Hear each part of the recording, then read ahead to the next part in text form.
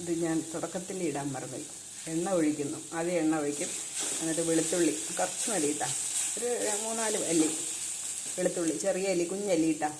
എന്നിട്ട് അത് ഞാൻ നടു വിളർന്ന് ഇട്ടിട്ട് അതൊന്ന് മൂത്ത് വരുമ്പോൾ വലിയുള്ളി ഇടും. വലിയുള്ളി ഒന്ന് ജസ്റ്റ് ഒന്ന് ഇങ്ങനെ വഴന്ന് വരുമ്പോൾ തക്കാളി ഇടും. ഈ തക്കാളി ഒന്ന് വഴന്ന് വരണം. അതായിട്ട് ചെയ്തുകൊണ്ടിരിക്കണം. ഞാൻ പച്ചമുളക് ഇട്ടിട്ടുണ്ട്. ഇത്രയേ ഇപ്പോൾ ഇട്ടിട്ടുള്ളൂ. പച്ചമുളക്, തക്കാളി, വലിയുള്ളി, പിന്നെ വെളുത്തുള്ളി, ഇത്രയേ ഇതിനകത്തുള്ളൂ. ഇത് ഞാൻ ദോശ ഉണ്ടാക്കി വെച്ചിട്ടുണ്ട്. ദോശയ്ക്ക് ചട്നിക്ക് വേണ്ടിയിട്ടാണ്. ദോശ കാണിച്ചു തരാം. ദോശ ഇതെൻ്റെ ദോശക്കല്ല കേട്ടോ. ഇത് കണ്ടോ, ചെറിയ ഉള്ളിയില്ലേ, ചെറിയ ഉള്ളിയിൽ ഞാനിങ്ങനെ ചില സമയത്ത് ദോശ ഉണ്ടാക്കാൻ ഭയങ്കര സീൻ. അപ്പം എൻ്റെ ഐഡിയ ആണ്. അപ്പം ഞാനങ്ങനെ ദോശ ഇങ്ങനെ പരത്തി കൊടുക്കും എണ്ണയിൽ മുക്കിയിട്ട്. അപ്പം ചെറിയുള്ളി ബെസ്റ്റ് ആവുമല്ലോ. കണ്ടോ, ദോശയൊക്കെ ചുട്ട് കഴിഞ്ഞു. ഇങ്ങനെ പരത്തി കൊടുക്കും ഞാൻ. അപ്പം നമുക്കിനി ഇതിലെ പണിയെടുക്കാം. ഇനി ഇതിലേക്ക് നിങ്ങൾക്ക് ഇഷ്ടമുള്ള മുളക് പൊടി ഇടാം. ബ്രാൻഡൊന്നും കാണിക്കുന്നില്ല.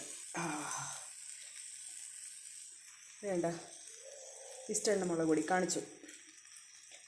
അപ്പോൾ ഞാനത് ഇച്ചിരി ഇട്ടിട്ടുണ്ട്. ഇനി ഇത് ഇളക്കി കൊടുക്കണം.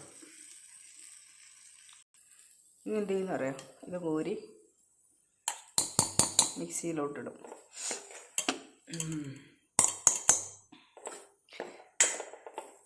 ഇത് തമിഴ്നാട്ടുകാരുടെ ഒരു ചമ്മന്തിയാണ്. ഇത് തേങ്ങ വേണ്ട.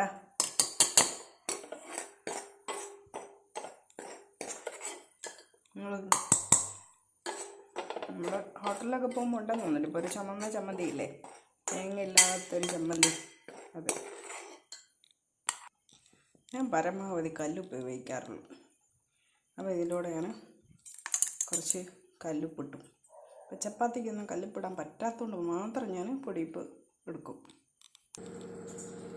ഇനി കുറച്ച് വെള്ളം കൂടെ മിക്സ് ചെയ്യാൻ, കറി വരണ്ടേ. നിങ്ങൾ വിചാരിക്കും ഞാൻ സ്പൂണും കൂടെ വച്ചരയ്ക്കുമെന്ന്. ഒരേഖ്യാലുമില്ല. സ്പൂണിലുള്ള എല്ലാം ഇതിലോട്ടിടണ്ടേ. അതുകൊണ്ട് പരമാവധി തട്ടിക്കളിക്കുന്നു. അങ്ങനെ അരച്ച് ഞാൻ കൊണ്ടുവന്നിട്ടുണ്ട്. തൊട്ട് നോക്കിയിട്ട് അപാര ടേസ്റ്റ്. ഞാൻ അപ്പോൾ ദോശേൻ്റെ ഒപ്പം കഴിക്കട്ടെ.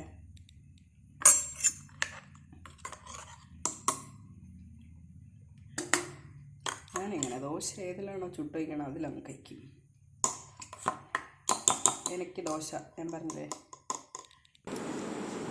ഇതുണ്ടോ, നല്ല അപാര ടേസ്റ്റാണ്.